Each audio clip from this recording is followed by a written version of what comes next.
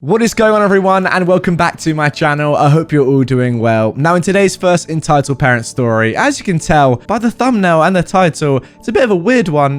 This entitled mum accompanies her child to go swimming, and then after the swimming lesson is finished, goes in to the men's changing rooms with him. She knows it's the men's changing rooms. She doesn't care, just goes straight in. Crazy. Let's get into it.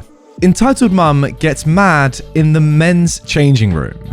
For some context, I'm a pretty avid swimmer, and I've been looking forward to getting back to the pool now that restrictions are loosening up where I am. At the moment, they make everyone enter the pool by going through the family changing room. Then you exit through the men or women's changing room. They've staggered the swim end times so there's not too many people in the changing rooms at once. Well, on this particular day, the kids' swimming lesson ended about 15 minutes before my open swim time finished. I suppose since there was only kids in the changing room, the entitled mum of this story decided to go into the men's changing room with her son after the swim session was over. I suppose she lost track of time because 15 minutes later, myself and a couple of other men entered the changing room. Nobody really said anything, and I didn't really think anything of it since I figured she'd be long gone by the time I get back from the showers. Well, I come back from the shower, wrapped in a towel, and she's still there, helping her son.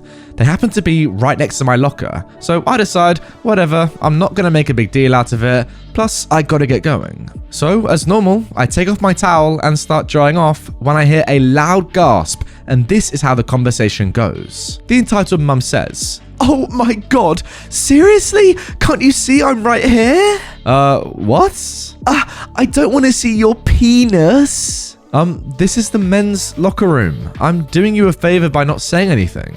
Well, the family changing room is closed, so you need to be respectful of the mums that need to come in here. Why not take your son to the women's changing room then?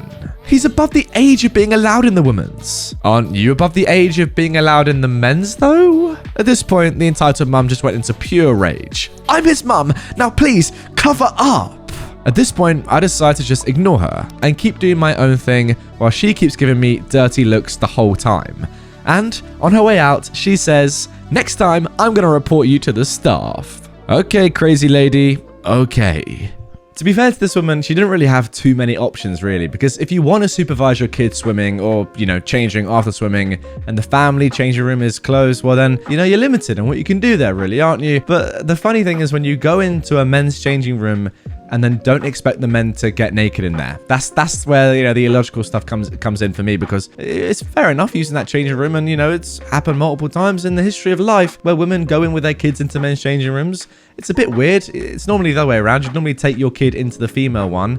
I mean, it's actually very weird. I don't think I've ever heard of anyone actually doing that, to be fair, now that I think about it. Weird overall, but yeah, to go into a men's changing room after swimming and not expect there to be naked men, crazy. Now moving on to our second post. I paid for this so he can do whatever he wants. So when I was 6 or so, I started going to day camps at one of those bouncy castle places. They had 2 camps, an art camp and a robotics camp. The art was generally little kids, and the robotics camp had a registration age of 8. However, sometimes only one camp would be scheduled, and as such, kids were put into the other camp, even if it meant breaking the age rule. This occurred on one of those days. When I was 9 or 10, I can't quite remember, they had only 2 kids in art camp, both underage, both 7 if I remember correctly. They were thrown into robotics camp with me and my brother. As you may have guessed, one of them is the entitled kid in this story. It was well known that me and my brother were the fastest builders in the camp. Even the art kids knew that. So, one of the art kids, the entitled kid, ran over to our table when he came in. A few minutes pass and we begin building. Or, I should say, the entitled kid begins building. He won't let anyone else touch the pieces or instructions. We tried to build things, only for him to kick us. So, we told on him. The instructors were very nice. Their fake names in this story are Violet and Dustin. I told Dustin that the kid wasn't letting us build. So, Dustin went over and talked to him. The entitled kid, though, only said one thing.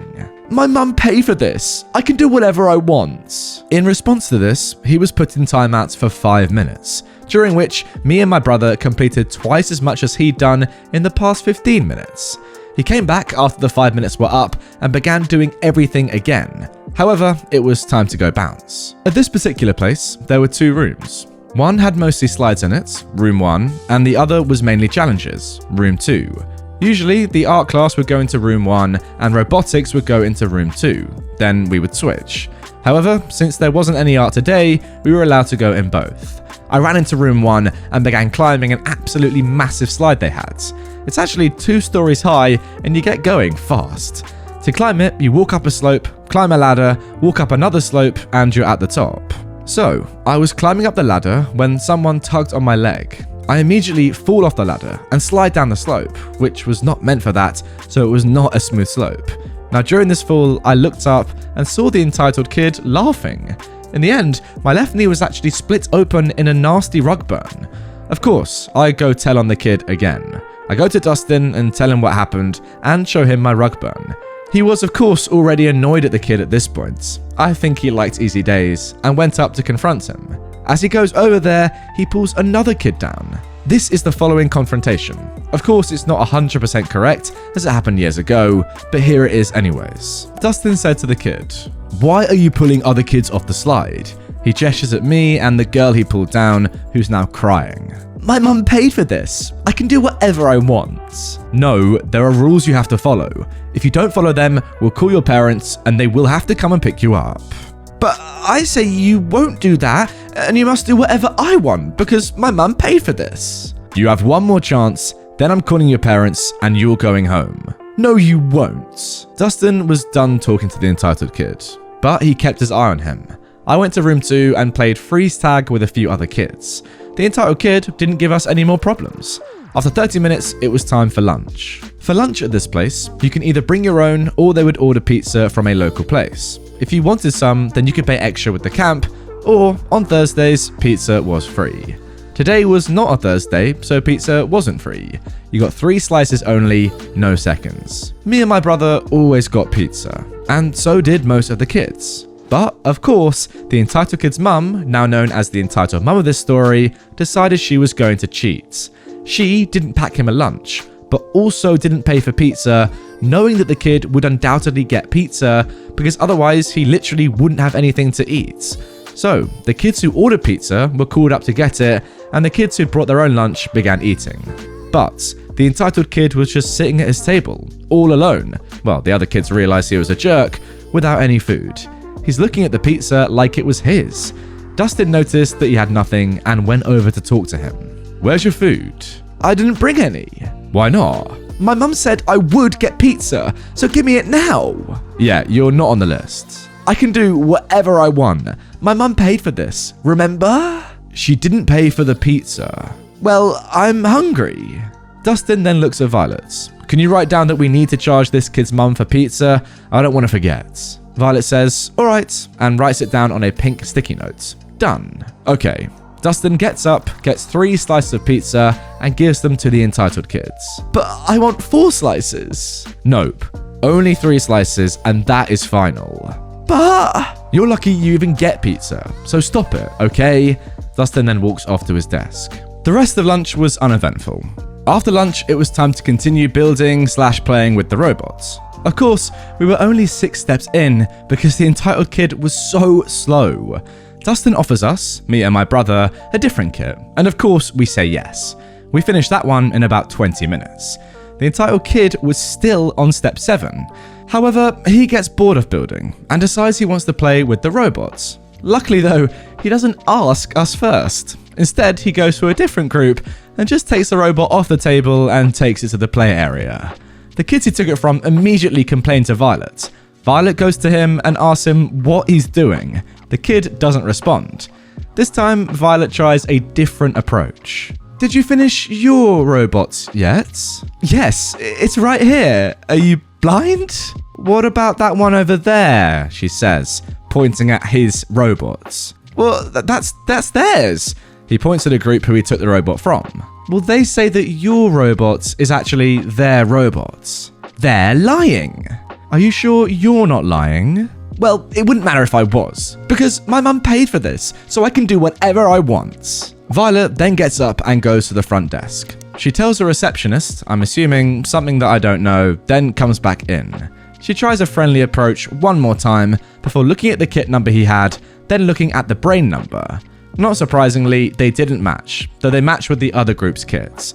The robots were swapped back, and after about 30 more minutes, during which the entitled kid did maybe 2 more steps, it was time to do some competitions. They had maybe 4 competitions they would do, and if you won one, then you got a bopper, basically an inflatable mallet. These competitions are only available to the older kids, the reason being that the little kids would all want a bopper.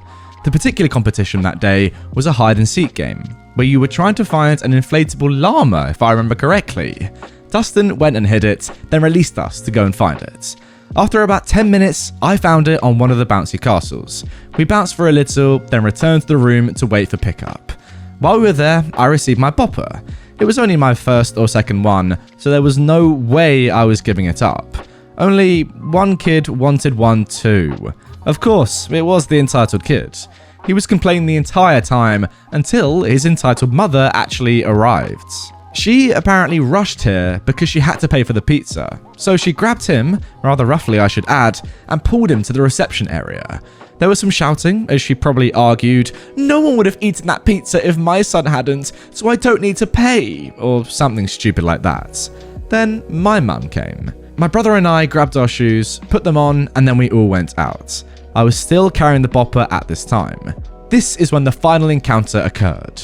I had just walked out of the side room when the entitled kid saw me. He began crying again. He'd stopped when his mum was arguing with the receptionist. His entitled mum turned and asked him what was wrong. He pointed at my bopper but didn't say anything. The entitled mum saw it and realised that her son didn't have one, so she had to complain. Why did my son not get one of those? She points at my bopper. The receptionist replies, "He didn't win the challenge. You can buy one over there though." She points at the wall that has boppers on it. "Well, yeah, but he got one for free, so why can't my son have one too?" "Well, I've already told you." "Give me one already. I'm so sick of this place." The kid is still crying at this point. However, I go out the door and didn't get to hear the rest of the arguments. I don't even know if the entitled mum ever paid for that pizza. On the way back home, my mum was telling me and my brother to never be a parent like that, etc, etc. And I never saw the entitled mum or her kid again. Something tells me they might have been banned from returning. Yeah, I mean, it might be a little bit cliche, but that is genuinely the most entitled thing I think I've ever heard a kid say, right? My mum paid for this, therefore I deserve it. Doesn't matter that everyone else's mums and dads in this camp also pay for them to go to the camp, enjoy it, eat the food, whatever. Or, I mean, he didn't even pay to eat the food, realistically, eat the pizza. Doesn't even matter about all that. I paid for it. My family paid for it. Therefore, I deserve it all. Me and only me. I mean, it's literally so entitled. You don't get much more entitled than that. Genuinely, though, I feel bad for the kid to be brought up in a world where, like, he isn't just immediately, brought back down to earth when he says something as stupid as that. If I had tried to say something like that when I was a young lad, be it at home, with my family, or in my primary school, my secondary school, geez, I would have been in detention for probably a week if I said something like that.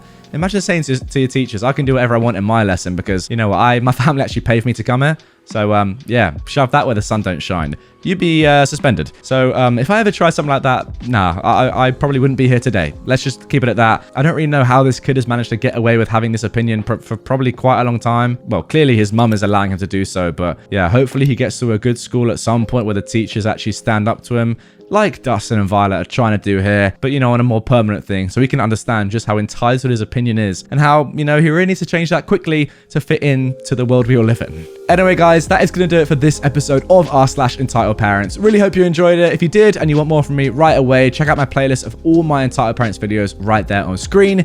If you are new to my channel and this is the first video of mine you've ever watched, then if you enjoyed it, drop it a like and also subscribe up there. I post it daily, so if you are new around here, I'd appreciate that. And, you'll get the videos in your home feed every single day. With that all being said, I will see you guys tomorrow for a brand new upload. Have a good one.